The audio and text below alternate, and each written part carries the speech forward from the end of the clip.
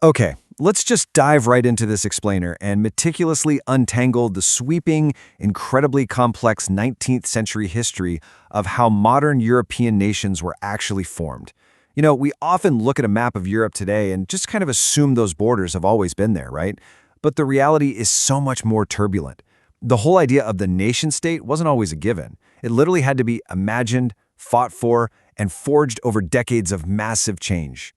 To make sure we really cover all the topics in this massive era, we've structured our journey into 6 distinct stages. We're going to hit 1. The dream of nations, 2. Revolution and reaction, 3. Culture and the national soul, 4. The 1848 revolutions, 5. Forging Germany and Italy, and finally, 6. Visualizing the nation. Right, starting off with Section 1, the dream of nations, and those early visions of a new Europe. Imagine a totally reimagined world. That's exactly what French artist Frédéric Sorrieu visualized in 1848. In his incredible print series, he shows the peoples of Europe and America, distinct nations identified by their flags and national costumes, marching together in this long, peaceful train.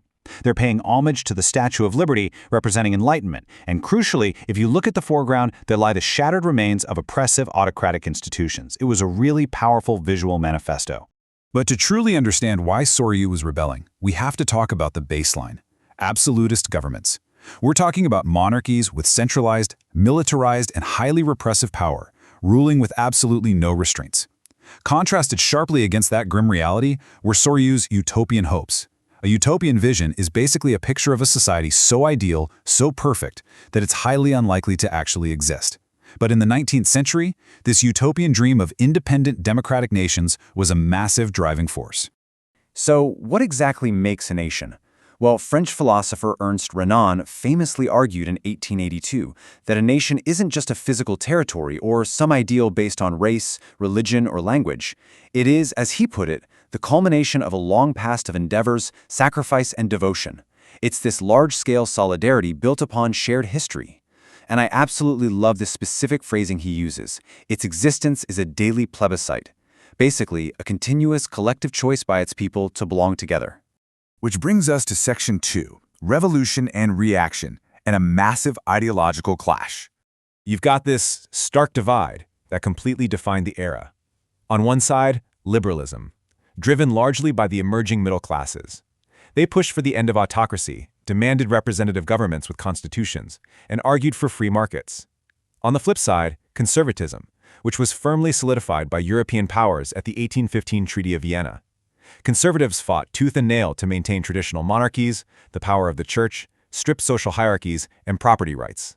And the conservative backlash at the time was severe.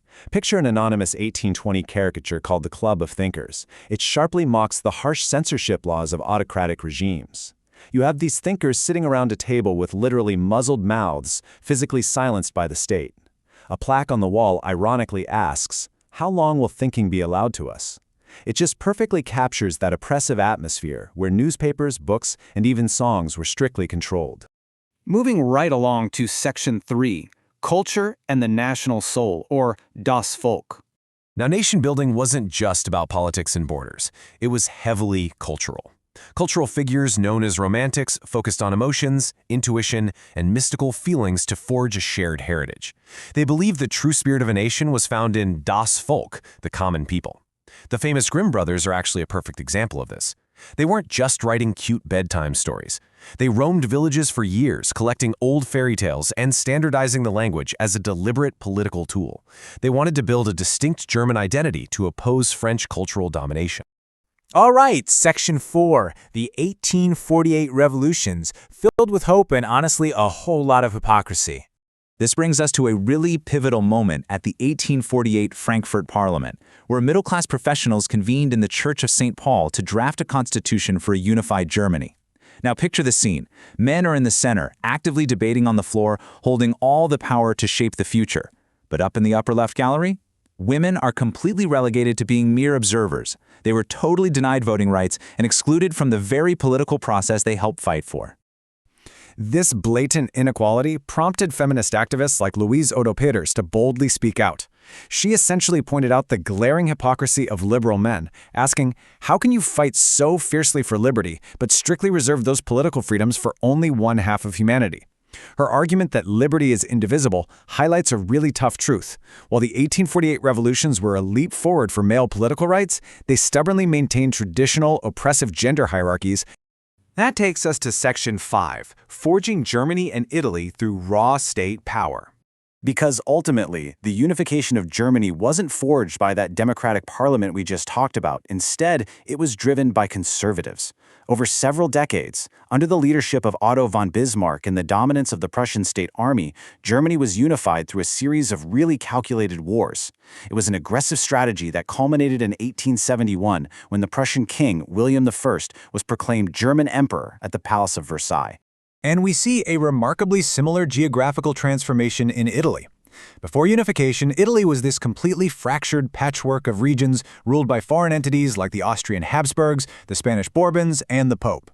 But through incredibly tactful diplomacy, especially an alliance engineered by Chief Minister Cavour, and through armed volunteer campaigns, these totally disparate regions eventually coalesced into a newly unified Italian nation-state. Finally, Section 6, Visualizing the Nation and Creating Symbols of Unity.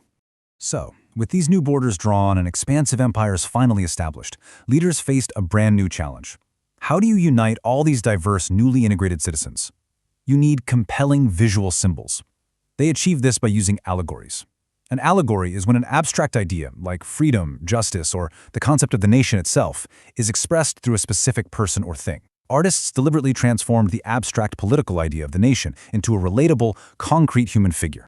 For example, in France, they chose Marianne to represent the Republic. She was depicted wearing the red cap of liberty and holding a broken chain, drawing right from the French Revolution. Her image was everywhere, stamped on coins and postage stamps. Similarly, Germany embraced the figure of Germania. She's powerfully depicted wearing a crown of oak leaves, because the German oak specifically stands for heroism.